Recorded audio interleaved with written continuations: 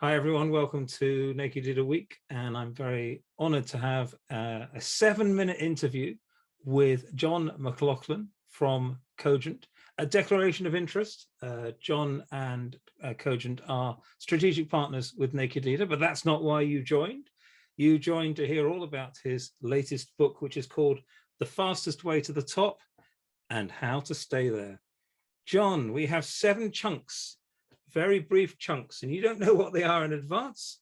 So off we go.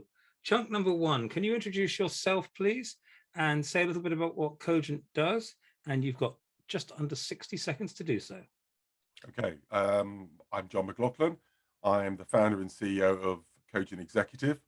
We are the leaders in transition management. And what is transition management, you may say? In essence, we focus on delivering the optimum outcome for businesses throughout their leadership and their programs of change. Wow, that was very clear. And I was going to ask you what transition management was. And I've never heard the term before. So are you the only people doing that? Yes. Okay, you probably had 60 seconds to answer that one, but you just said yes. Okay, now, number 2, describe your book in under 60 seconds. The book came about because I'm often asked the same questions over and over again, and I find myself repeating the same mantra. And I thought that they would be useful for me to get that down into words and share the wisdom, if you like, of the last 30 years that I've had of working with some of the most senior leaders in the world, what works, what doesn't, what they do that make them stand out, and put that all together so that I'm not only delivering what people need to know about what they should be doing during their working life, but more importantly, what they need to do to make sure that once they achieve the status of leader or the the title of senior individual within their field, what do they do? What do they need to do to be able to stay there and maintain that level of seniority throughout their entire life? And again, you're doing really well considering you haven't got a clue what I'm going to ask you. Now, this is a really interesting thing for me was there's lots of stuff around getting to the top. Mm. There's not so much stuff on how to stay there. So just say a little bit more about some of the approaches you've had that encourage, some of the how-tos that help people to actually stay there.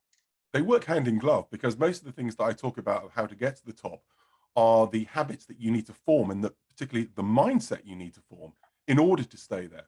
So once you've achieved the mindset and the how-tos of what you need to do to be really considered a leader within your field, then these things should start to form a habit that you then naturally do, and the way that you come across and the leadership style that you have that maintains you at the very top of your field, and to continue to do so on how to stay there. Many people get to the top of their field or think they're at the top of the field and they're not recognized as such, and yet they may look at some of their peers and wonder how they did it. Well, this book talks about that and builds that in so that you become knowledgeable in what it takes to not only get to the top, but how indeed you then continue to do that to stay there. Is it indeed very lonely at the top? Depends how you get there. Go on. It shouldn't be, but it often is. And that's, if it's lonely at the top, you haven't achieved what the book sets out. And that is how to stay there. Because if you've got, no one's an island, you don't get there on your own. And if you're the type of leader who has forged their career by not engaging with others or simply being at the right place at the right time, or for instance, using tactics that aren't, how can I put this? Ethical?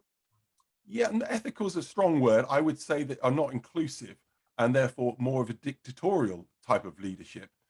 Then the moment that you're not given that power by an organization, you typically lose it. And that's interesting because I was going to ask you about your section on rejecting power games, because I would have thought that power games have to be played.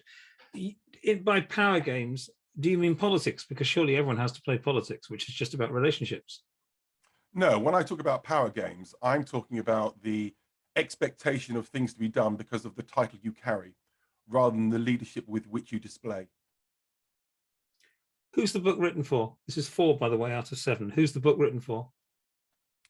the book is written for those people who are embarking on a career that they want to become the known expert within what they do, and not only known as, but revered as such. The type of person that people would want to go to and want to engage with, because they are not only knowledgeable, but they are able to impart their knowledge freely, willingly, and in a manner that others can resonate with and come around to their ideas and want to emulate.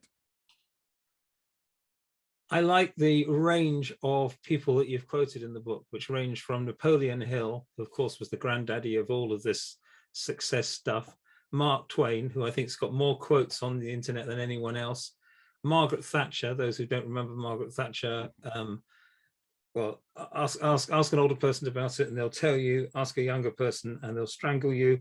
And you also have Ronald Reagan in there, and I think he's right up front in the introduction. So it's a nice range you've got. Okay, most difficult question of them all. Can you share your top three how-tos, starting at the third most powerful, that you've covered in the book, that will be useful for people watching this and help them get to the top and stay there? And once again, John didn't know I was going to ask that question. You've got three, please, John, starting with the third most powerful, going to the second, and then the most powerful. I'm not sure I'll do them in order, but I will give you the three that I think. I put a quote in there actually from myself, and that is, I thought that was very humble of you, by the way. Oh, yes. You're welcome. Yeah. Well, I think it's important because for me, what other people say about you is more powerful than what you say about yourself. Again, when I've seen leaders who have got where they've got through the power of their title, they often and continually use the word I and take ownership of what they feel that they've done without the recognition of the others that contributed to that. And I think that being aware of what other people think about you and what they say about you is the real key to really good quality senior leadership, and is a how-to. So always bear in mind what you think others would say about you and the style that you have. And if it isn't what you want it to hear, then that's exactly where you need to be focusing on. Okay, that's the first. Again, this leads on from that. It's about working with others in a manner that you would expect to be for others to work with you. So being conscious about how you display your leadership, how inclusive it is. I talk a lot about recognition. It is incredibly powerful. I don't like it when teams are being addressed and say, well done, we did this, we did that. Don't do that. Start recognizing those people within your team. Name them. Be specific in who you are giving that credit to. So share the credit, share your success. You're not an island. Share the success that you have had with the others that have made it possible. One thing I like about that is there's a lot of books that give the complete opposite advice. So as always, we say, give it a go, give what's in John's book a go and see if it works. And the third one, John? I think the